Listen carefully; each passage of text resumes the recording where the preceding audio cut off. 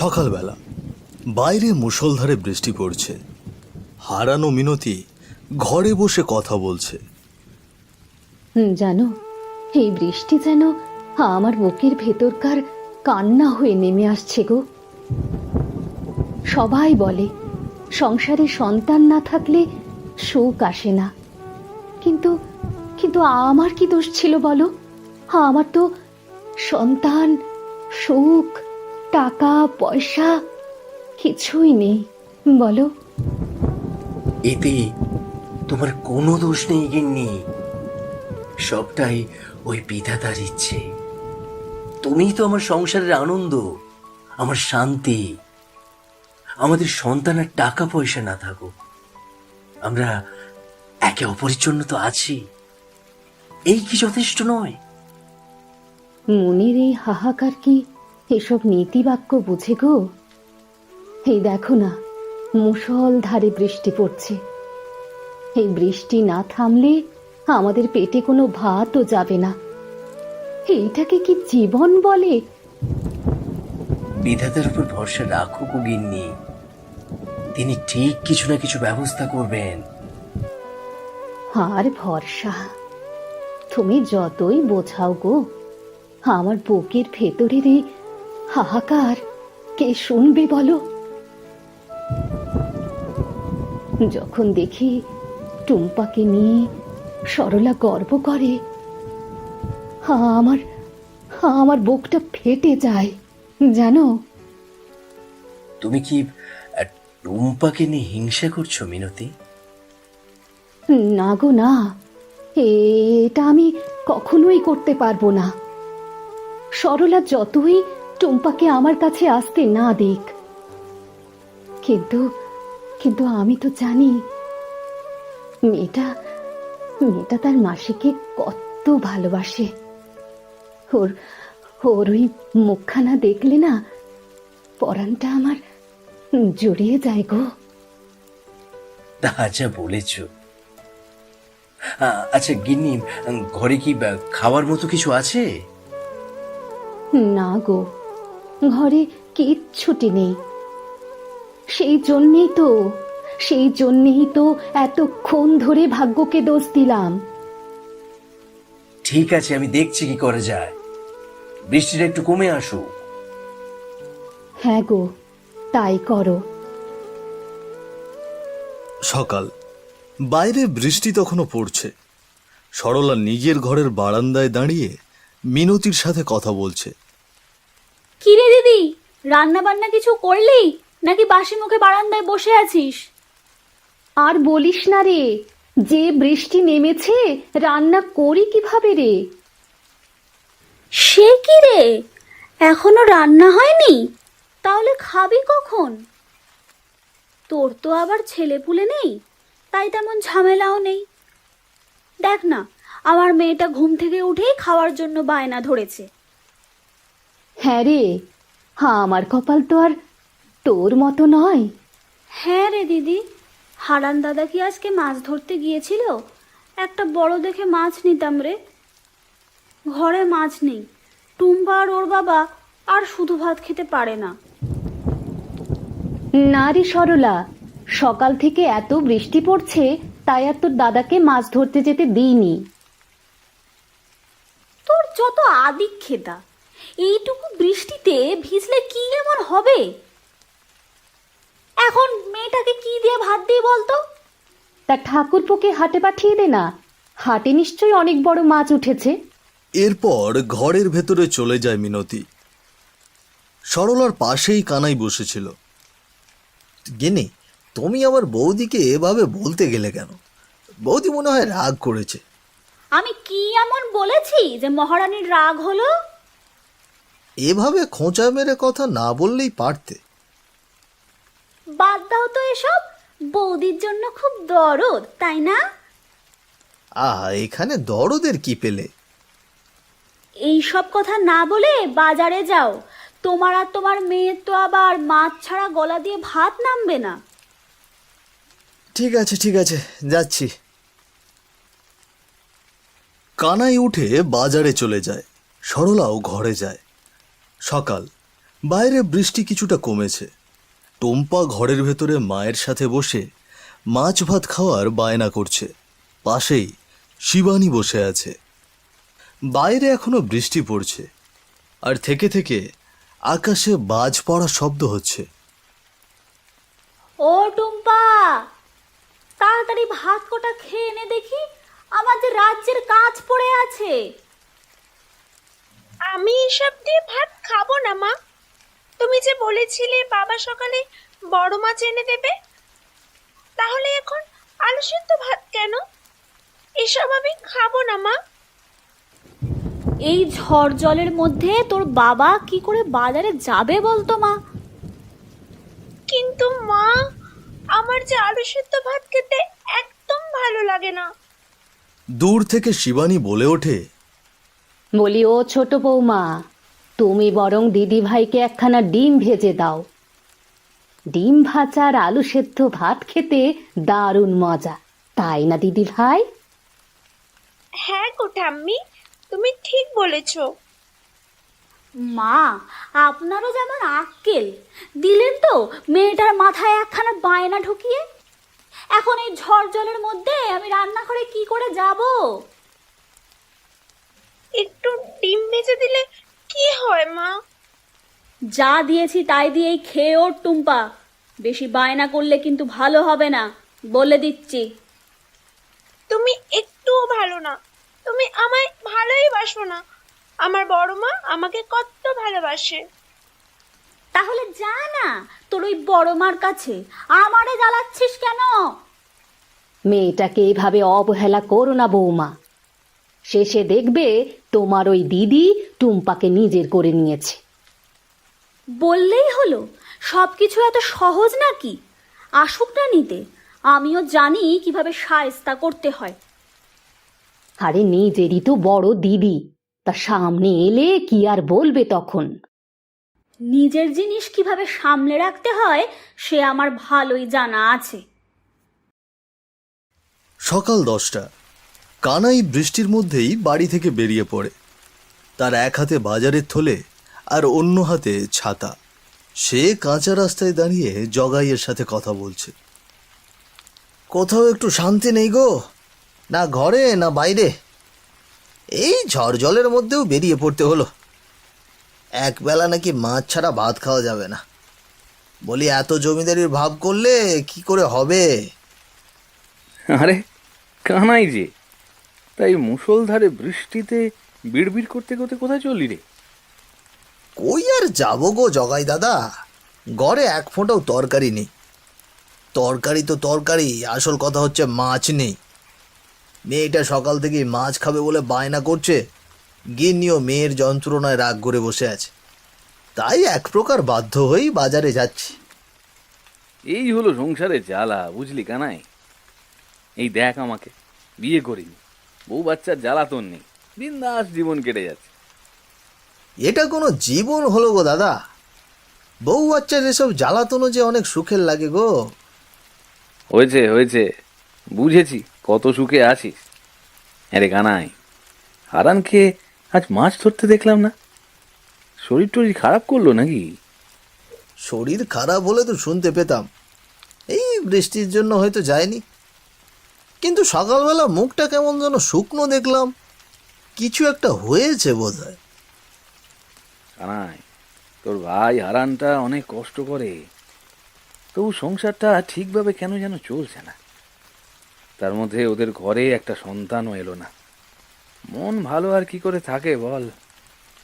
বিধাতা না দিলে আমাদের আর কি করার আছে বলো দাদা? হ্যাঁ রে, ঠিক বলেছিস। বাড়ি গেলে হারানকে আমার সাথে দেখা করতে বলিস। আজ মাঝরাতে ট্রলার নিয়ে মাছ ধরতে যাব।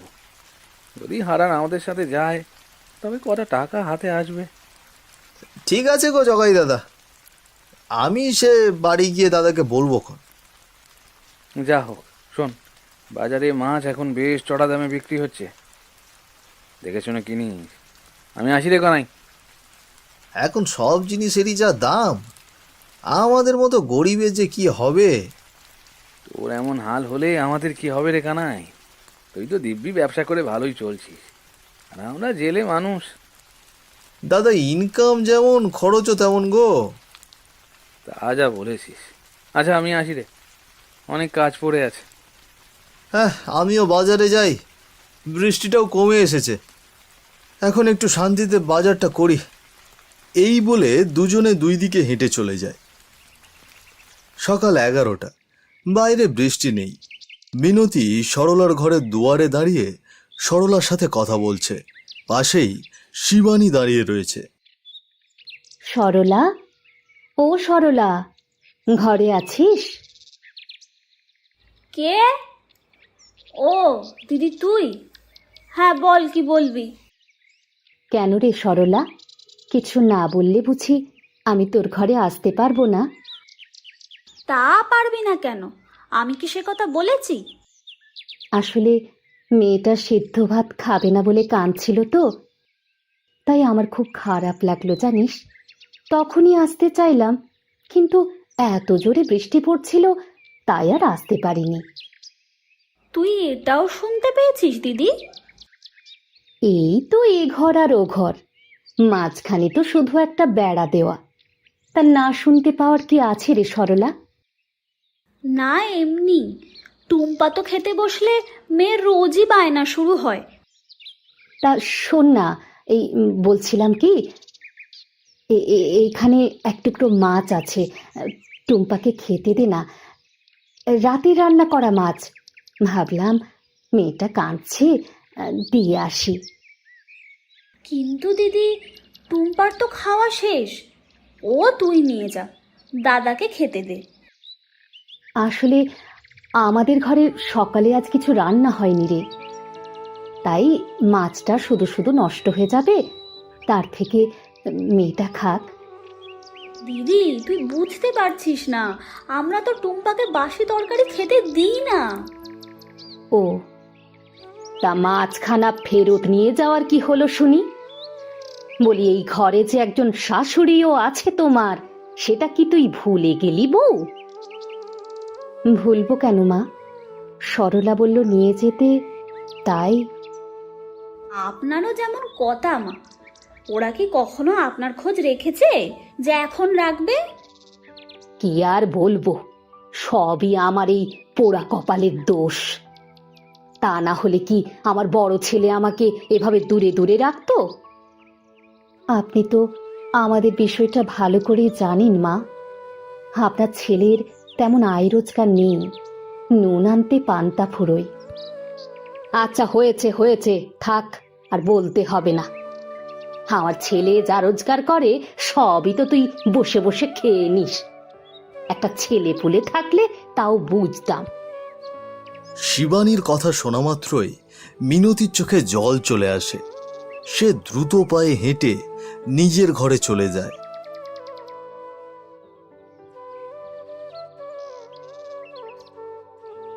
সকাল 11:20, নিজের ঘরে ফিরেই মিনতি মেঝেতে বসে কান্না করছে।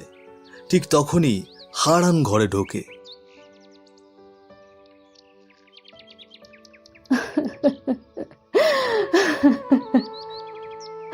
ও বিধাতা, বিধাতা তুমি বলে দাও, কোথায় যাব আমি, কোথায় যাব?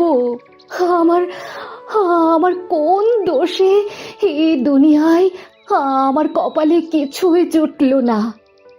স্বামীর এত মায়া ভালোবাসা থাকা সত্ত্বেও সংসারের চোখে আমি অপয়া, সংসারের জন্য দুঃখের বোঝা। এ কি গিন্নি, তুমি এভাবে কাঁদছো কেন? কেউ কেউ কি কিছু বলেছে তোমাকে? না গো না, কিছু হয়নি আমার, সবই আমার কপালের দোষ গো। গিন্নি, আমার থেকে কিছু লুকিও না। তুমি তো জানো তোমার চোখের জল আমার সবকিছু এলোমেলো করে দেয়। আর আমার মা বা অন্য কেউ কিছু বললে একদম মন খারাপ করো না। আরে সংসারের সবার কথা শোনার প্রয়োজন নেই, তুমি শুধু আমার কথাই শোনো, কেমন? তুমি কত সান্ত্বনা দাও, কিন্তু বাকি দুনিয়া কি সেসব বোঝে গো? সরলা সরলা রোজ আমাকে খোঁচা দেয়, শাশুড়ি আমায় দোষ দেয়, পাড়া প্রতিবেশীরা বলে আমার সন্তান নেই। তা আমি কি করব বলো তো, আমি কি করব? বাকিদের কথা বাদই দিলাম, কিন্তু সরলা তো আমার নিজের ছোট বোন। সে কি করে পারে নিজের দিদির সাথে এমন করতে?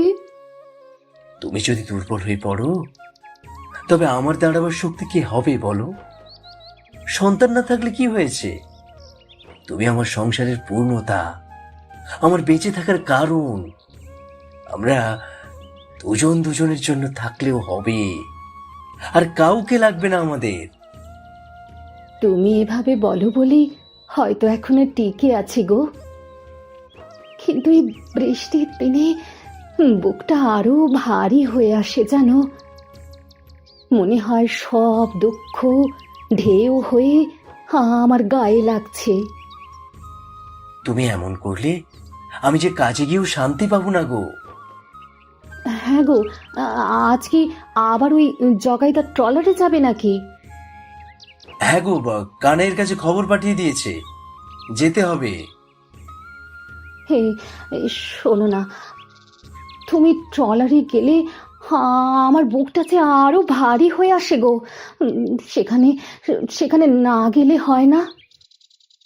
আমি না গেলে সংসার কেমন করে চলবে বলো তো? আরে ভয় পেও না, আমার কিচ্ছু হবে না।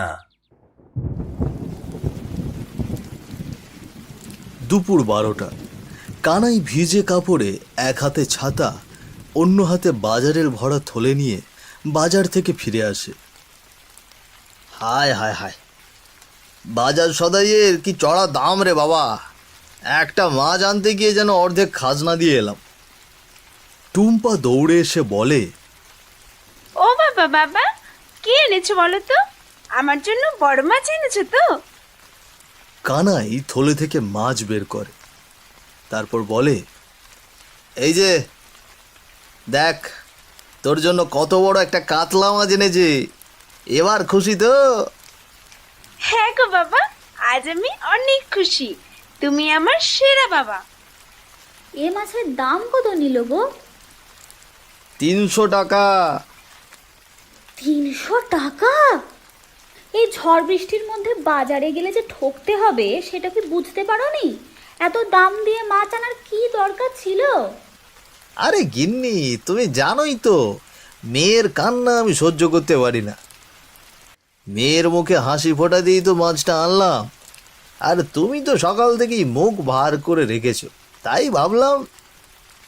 তাই ভাবলে বড় মাছ নিয়ে এলে আমি খুশি হব, তাই তো?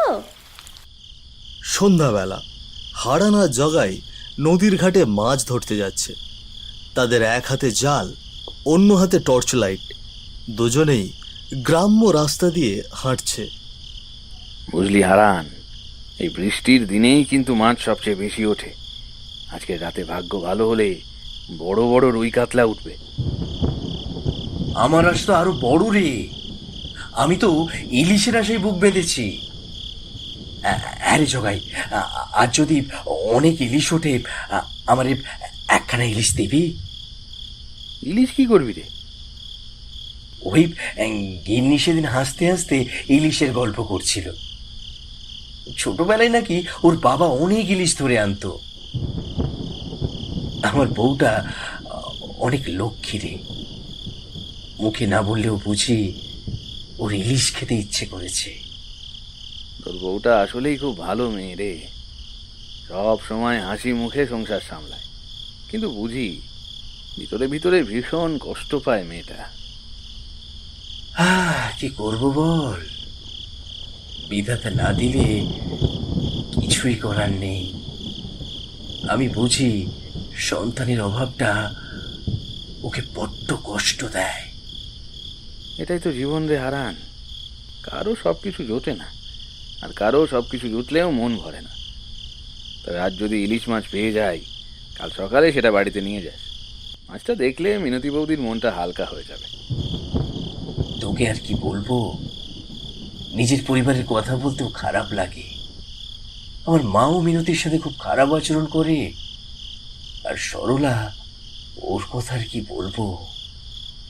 কিন্তু সরলা তো বৌদির নিজের বোন, বোন হয়েও এমন। সব বোন বোন হয় না রে ভাই। ঠিক বলেছিস। এরপর দুজনেই হাঁটতে হাঁটতে নদীর ঘাটের দিকে চলে যায়। সন্ধ্যায় কানাইয়ের বাড়ির উঠোনে শিবানী বারান্দায় দাঁড়িয়ে, কানাই, সরলা ও টুম্পা উঠোনে দাঁড়িয়ে। তারা শিবানীকে একা রেখে বেড়াতে যায়। মা, আমরা এক আত্মীয়ের বাড়ি যাচ্ছি, আজ রাতে আর বাড়ি ফিরবো না। তুমি একটু আজকে রাতটা একা থেকো। কিন্তু বাবা, এই এত বড় বাড়িতে আমি একা থাকবো কিভাবে বলতো?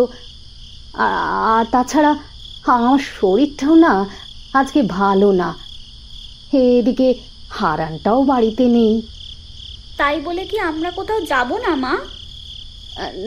না না না, যাবে না তা তো বলিনি,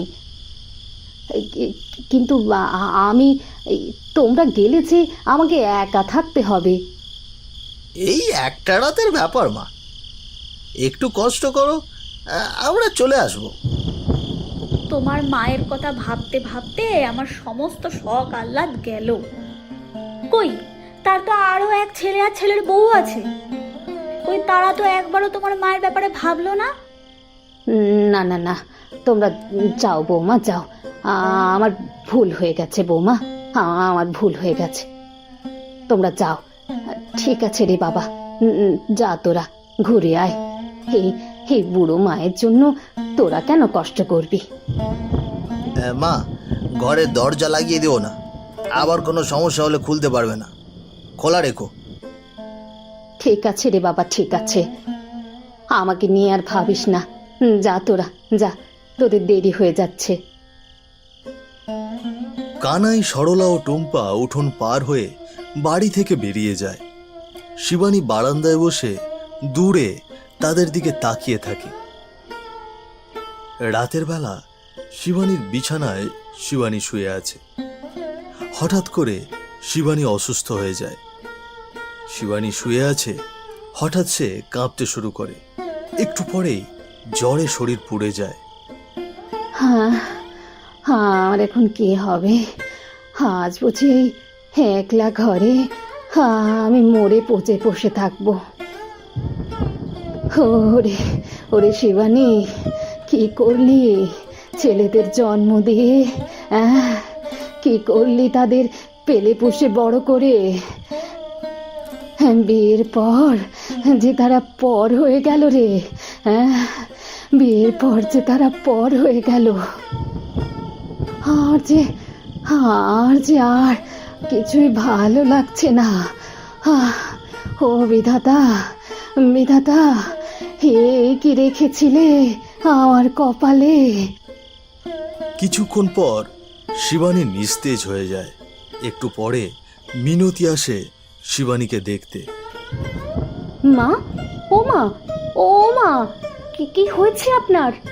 ও মা, মা।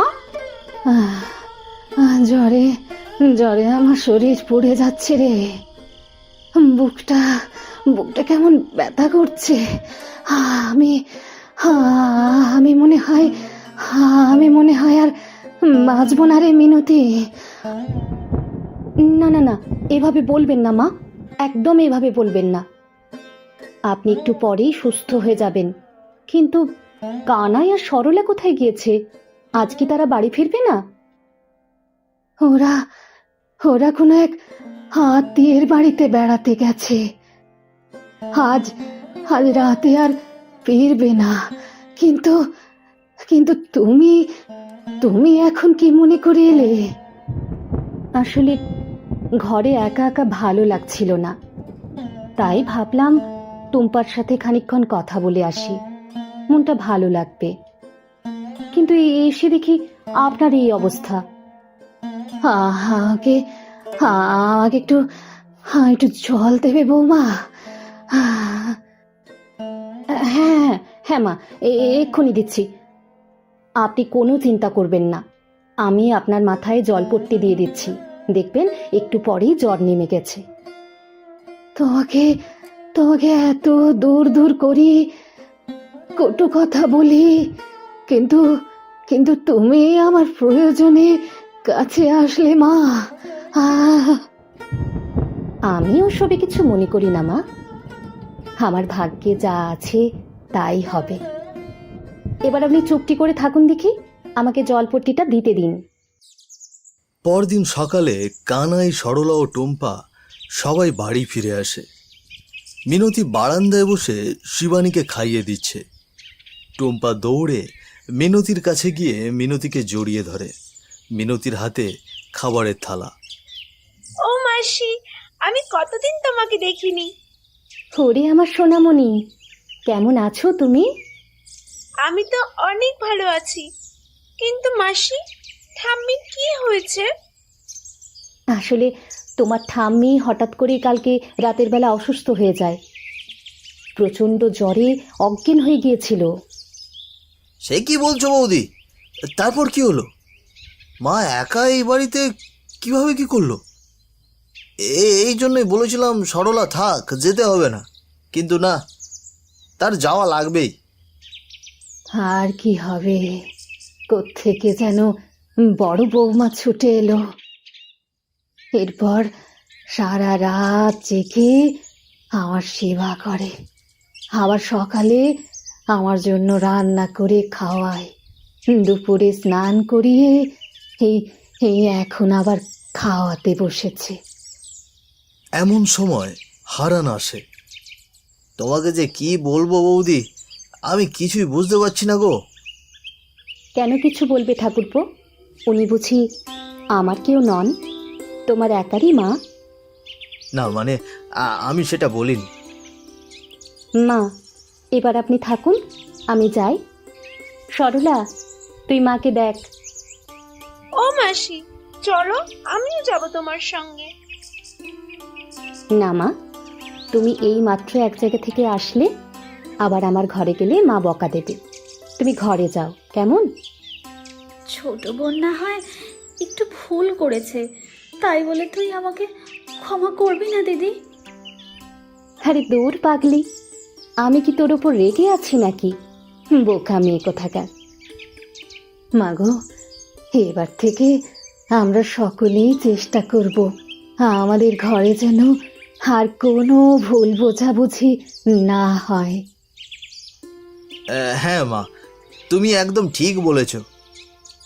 গিন্নি, এই দেখো কত বড় ইলিশ এনেছি। তাড়াতাড়ি পাতলা ঝোল করে রান্না করো দেখি। এই আনন্দের সময় সকলেই মজা করে খাওয়াবে। কিন্তু কিন্তু তুমি কখন এলে গো? ওই সরলা যখন তোমার কাছে ক্ষমা চাইলো তখন।